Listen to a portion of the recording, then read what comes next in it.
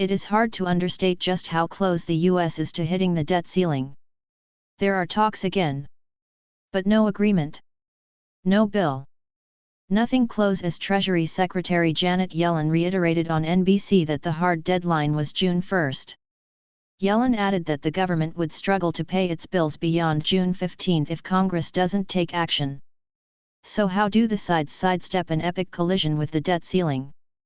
At least one Republican lawmaker with whom Fox spoke suggested that the government was rushing on cruise control toward the debt limit and Congress was past the point of no return of a crisis. There is too much to do and too little time if the date is June 1, said the lawmaker who asked they not be identified. No way. How President Biden and House Speaker Kevin McCarthy, R. California, bridge this chasm is unclear. Observers note that negotiations this intense should have been underway at least in April, with the expectation the sides would hit hiccups like the ones on Friday. That pause cost the sides nearly 3 days of talks. And anyone who has watched negotiations like these know that those speed bumps are inevitable. It's possible there could be more. That's why they may not have enough time to wrap this up. To wit, let's just say there is a deal by Tuesday. It likely takes until Thursday to get the legislative text into form. McCarthy insists he will adhere to the House's 72-hour rule. That allows members to study and consider the bill. It also means the House may not even debate and vote on the bill until the coming weekend. Therefore, the Senate may not even get the legislation until Monday, May 29, Memorial Day. Even if the Senate is really humming, that could take until Wednesday, May 31 to wrap things up. But more likely, June 1 or 2. And remember, this is the timeline if everything goes swimmingly. But what we've left out of this analysis are the potential contours of a deal, to say nothing of what it takes to get the votes to pass such a package. Here we go. It's about the math. Mixing the cocktail of Republican and Democratic votes to pass a still theoretical bill through the House, and the Senate will get to that at some point, involves very precise, yet mysterious political alchemy. House Republicans have long talked about wanting a majority of the majority to be in favor of any prospective package. That concept goes back decades with House Republicans. But this is 2023. Plus, McCarthy endured the longest speaker's race since 1859 to get the job. How does McCarthy agree to any pact which doesn't have close to 200 of the 222 Republicans in the House in favor of it? It's likely that anywhere from 20 to 40 House Republicans are hard-nosed on any bill which doesn't replicate the debt ceiling bill muscled through last month. Fox is told McCarthy's floor is 180 GOP yeas. One knowledgeable source told Fox that anything south of 180 could mean a conservative Republican files a motion to vacate the chair and force a vote for Speaker in the middle of the Congress. This has always been the concern for the Speaker. Can he accept a deal which may put his own political career in jeopardy? Or, is there a way to finesse this so everyone believes they've secured a win? This begs the question about what coalition of House Democrats would support a plan? How many Democrats can House Minority Leader Hakeem Jeffries, DN.Y, provide or afford to lose? However, this conversation is not really about Jeffries. It's about President Biden. The president faces liberal members demanding he just use the 14th Amendment, which says that federal public debts shall not be in question, and conclude the argument.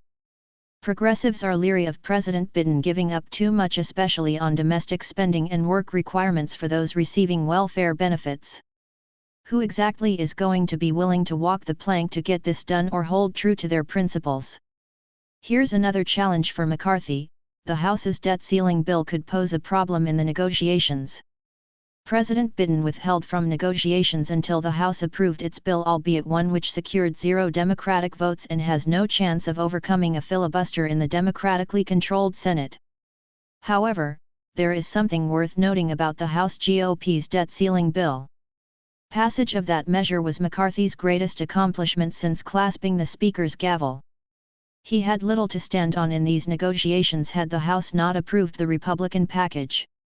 But passage of that measure could also box in McCarthy.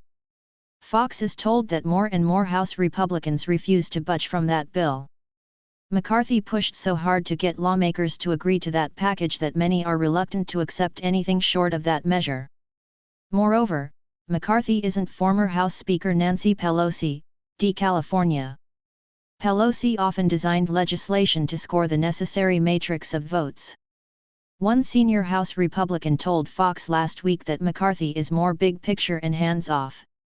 He wants the membership to reach consensus first. He defers to them. That may work internally. But a debt ceiling accord must be something which President Biden and at least some Democrats can accept. Otherwise, it's just a debate among Republicans. This brings us to the quintessence of the math. The vote counting surrounding the House GOP's April debt ceiling bill is the centerpiece. How many Republicans are married to that bill?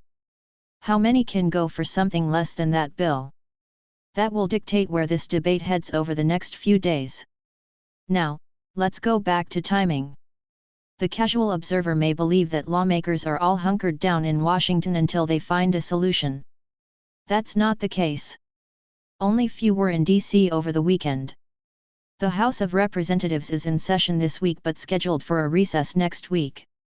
So what happens if it gets to the weekend and there is no legislative traffic on the debt ceiling? Do Republicans keep the House in session or do they cut everyone loose until there is something to vote on? This slices two ways. Congressional leaders could apply Stockholm Syndrome tactics to convince members to vote yes. In other words, hold everyone captive in Washington until they come around and vote yes. But that could mean torching part of the House's recess, to say nothing of various Memorial Day activities lawmakers love to attend back home. It is generally thought keeping everyone in D.C. could help leaders. It makes it easier to count and track where the votes lie. However, Fox is told that holding everyone in Washington could stir dissent if some Republicans don't like the plan McCarthy ultimately cobbles together with Mr. Biden. A surefire way to tick off members and make them even more grumpy? Keep everyone here over a holiday weekend and blow up part of the recess with nothing to vote on.